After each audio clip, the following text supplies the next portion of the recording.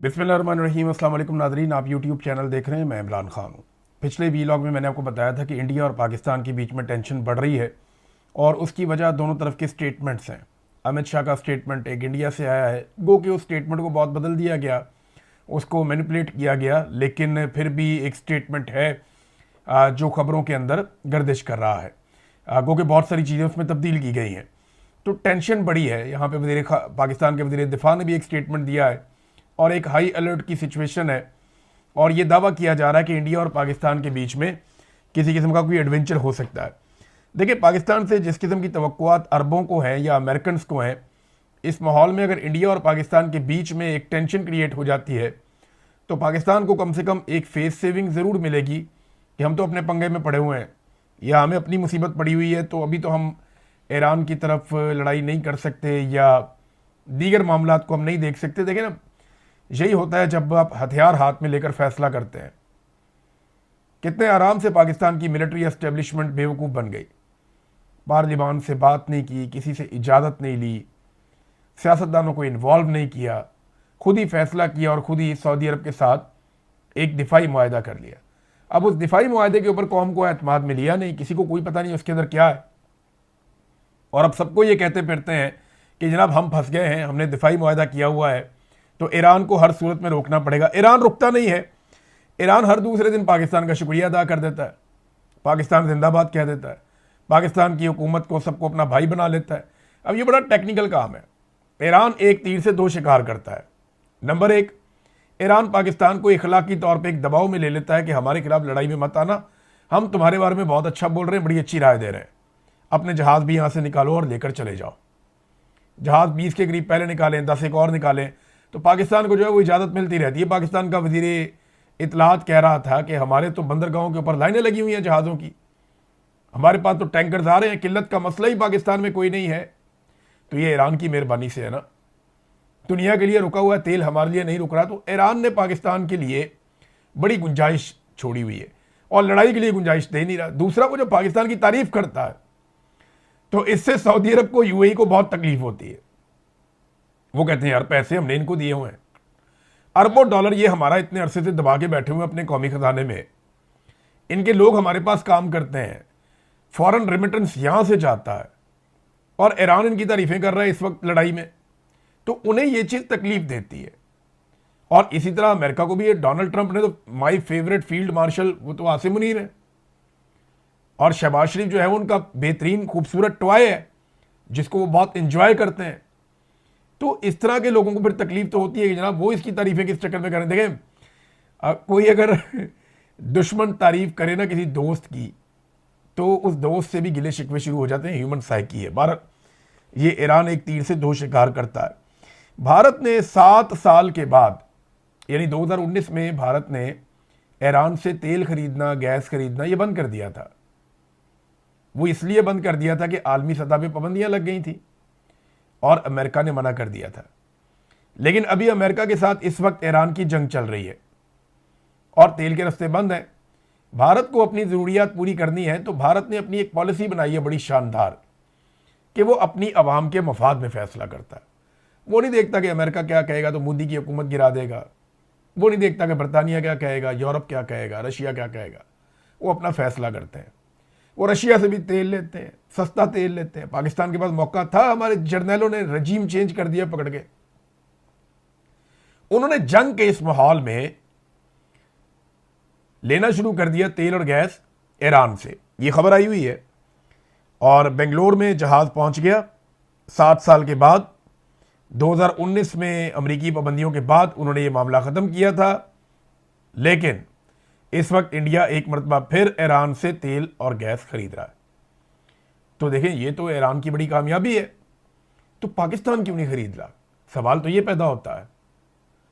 यानी पाकिस्तानी हुकूमत और पाकिस्तानी जर्नैल डोनाल्ड ट्रंप के पसंदीदा हैं, तो इनको भी इजाज़त दे देना कि ईरान से खरीद लें। पाकिस्तान क्यों नहीं खरीद रहा और क्यों अनाउंसमेंट नहीं कर रहा उसकी? हालांकि यह बड़ा मार्जिन पाकिस्तान को मिला है। पाकिस्तान में तो तेल की रेल पेल होनी चाहिए, किल्लत ही नहीं है। वो कहते हैं, देखिए अगर पाकिस्तान में वज़ीर इत्तलात की आप बात मान लें कि तेल की किल्लत नहीं है, तो एक सवाल पैदा होता है बड़ा कॉमन सेंस का, फिर बच्चों को स्कूल बंद क्यों किए आपने? तेल महंगा होने पे तो स्कूल बंद नहीं होते ना, किल्लत होने पे स्कूल बंद होते हैं। आपने बच्चों के स्कूल क्यों बंद किए अगर तेल की किल्लत नहीं है? तो अगर तेल की किल्लत नहीं है तो आपने पीएसएल के मैचेस के अंदर से तमाशाइयों को कहाँ गायब कर दिया? अगर तेल की किल्लत नहीं है तो आपने ये सारे ड्रामे पाकिस्तान में क्यों किए? और कीमत को भी पूरी दुनिया में सबसे ज़्यादा बढ़ा दिया, दुनिया में एक नया वर्ल्ड रिकॉर्ड लगा दिया पकड़ के। ये तो पीएमएलएन के लोगों ने और बाकी सब ने इनको बताया कि बहुत जूतियां पड़ेंगी अवाम के अंदर जाएंगे, तो अव्वल तो इन्होंने जाना ही नहीं, अवाम से वोट ही नहीं लेना। लेकिन ये 80 रुपए का लेवी वाला जो ड्रामा इन्होंने किया है, तो बाकी जो 80 रुपए बकाया है वो लेवी किसने लगाई है? कोई इसराइली वज़ीर आज़म ने लगाई है? राणा सनाउल्लाह ने स्टेटमेंट दिया था ना, राणा सनाउल्लाह ने कहा जी एहतजाज करना है तो इसराइली वज़ीर आज़म के खिलाफ करें, हमारी हुकूमत के खिलाफ ना करें, हमने तेल महंगा नहीं किया। तो क्या पाकिस्तान में तेल महंगा नेतन्याहू करता है? पाकिस्तान में तेल महंगा करने के फैसले नेतन्याहू करता है? और इसराइली वज़ीर आज़म के खिलाफ क्यों एहतजाज करें? अमरीकी सदर का आपने मशवरा क्यों नहीं दिया? असल में तो जंग अमरीकी सदर ने शुरू की है। इसराइल का बस चलता वो तो 10 साल पहले कर देता, 20 साल पहले कर देता। तो इसराइल तो अमेरिका को लाना चाह रहा था बीच में, तो डोनाल्ड ट्रंप ने जंग शुरू की। डोनाल्ड ट्रंप के खिलाफ एक लफ्ज़ नहीं बोलते पाकिस्तानी वज़रा। इसराइली वज़ीर आज़म के खिलाफ एहतजाज करो, और पाकिस्तान में एहतजाज करने के लिए छोड़ते किसको हैं? वो तहरीक लब्बैक वाले इसराइल के खिलाफ ही निकले थे ना, वहाँ कत्लेआम कर दिया मुरीदके में। इससे पहले जब जब कोई निकला इसराइल के खिलाफ एहतजाज करने के लिए, इस हुकूमत ने छोड़ा किसी को नहीं। इसराइली अखबारात ने लिखा कि जब से आसिम मुनीर साहब आए इसराइल बड़ा राजी है। पाकिस्तान के अंदर तो उन्होंने ताकत से कुचल दिया हर उस एहतजाज को जो इसराइल के खिलाफ या फ़लस्तीनियों के हक में हुआ। ये इसराइली अखबारात ने लिखा, मैं तो नहीं कह रहा। भारत ले रहा है ईरान से तेल गैस, पाकिस्तान जो है वो कह रहा है जी हमारी तो लाइनें लगी हुई हैं और तमाशा देख रहा है। पाकिस्तान को भी लेना चाहिए, साबित करना चाहिए कि हम एक आज़ाद मुल्क हैं, साबित करना चाहिए कि हम खुद मुख्तार मुल्क हैं, अपनी पॉलिसी खुद बना सकते हैं। नादरीन, एक खबर आई है लेकिन अभी इसकी तस्दीक नहीं हो रही, मगर अमेरिका में ये डिबेट शुरू हो गई है कि डोनाल्ड ट्रंप का मुआखज़ा किया जाए, यानी उसकी इम्पीचमेंट की जाए। और डोनाल्ड ट्रंप ने खुद भी ये कहा था कि मुझे इम्पीच किया जाएगा, वक्त आएगा जब मुझे इम्पीच कर दिया जाएगा। और मिड टर्म इलेक्शन अगर डोनाल्ड ट्रंप हार जाता है तो ये सूरत हाल बहुत तेज़ी से उस तरफ जाएगी। डोनाल्ड ट्रंप को नज़र आ रहा है कि उसकी इम्पीचमेंट पक्की है, यानी उसका मुआखज़ा किया जाएगा कानूनी तरीक़ाकार के मुताबिक, इसको सदारत के ओहदे से हटाया जाए। ये कंटिन्यू नहीं कर सकता, इसने काफ़ी तबाही की है और ऐसी पॉलिसियाँ लेके आया जिससे अमेरिकन तशख़्ख़ुस भी बर्बाद हुआ है। तो एक प्रेशर तो है डोनाल्ड ट्रंप पे, और प्रेशर के इस माहौल में एक खबर आती है। खबर ये आती है कि डोनाल्ड ट्रंप को वॉल्टर रीड हॉस्पिटल में शिफ्ट किया गया है। अब पता नहीं क्या हुआ, कुछ लोग कहते हैं मर गए, कुछ कहते हैं जी बीमार हो गए, कुछ कहते हैं ये हो गया, लेकिन व्हाइट हाउस ने उसकी तरदीद की है। देखिए, अमरीकी सदर अगर बीमार हो जाए या अमरीकी सदर अगर ढीला पड़ जाए या उसकी बॉडी लैंग्वेज गिर जाए तो फिर वो सुपर पावर तो ना रहा ना। तो अमेरिकन सदूर को अगर कोई छोटा मोटा प्रॉब्लम होता भी है तो वो उसको खुफिया रखते हैं, वो बताते नहीं हैं। अगर वाकई में डोनाल्ड ट्रंप हॉस्पिटल पहुंचे भी हैं, अव्वल तो वो तरदीद आ रही है ना, आप नहीं मान सकते, डोनाल्ड ट्रंप खुद भी सामने आ जाएंगे। अगर वो ठीक होंगे तो एक आधे दिन में सामने आ जाएंगे, बीमार भी होंगे तो एक आधे दिन में ठीक होकर सामने आ जाएंगे। लेकिन अमेरिकन का ये एक बहुत बड़ा तरीक़ेकार है कि अमरीकी सदर को कभी वो कमज़ोर नहीं दिखाते, बीमार नहीं दिखाते, उसे मजबूत दिखाते हैं हमेशा, और इसी से वो दुनिया में खुद को सुपर पावर साबित करते हैं।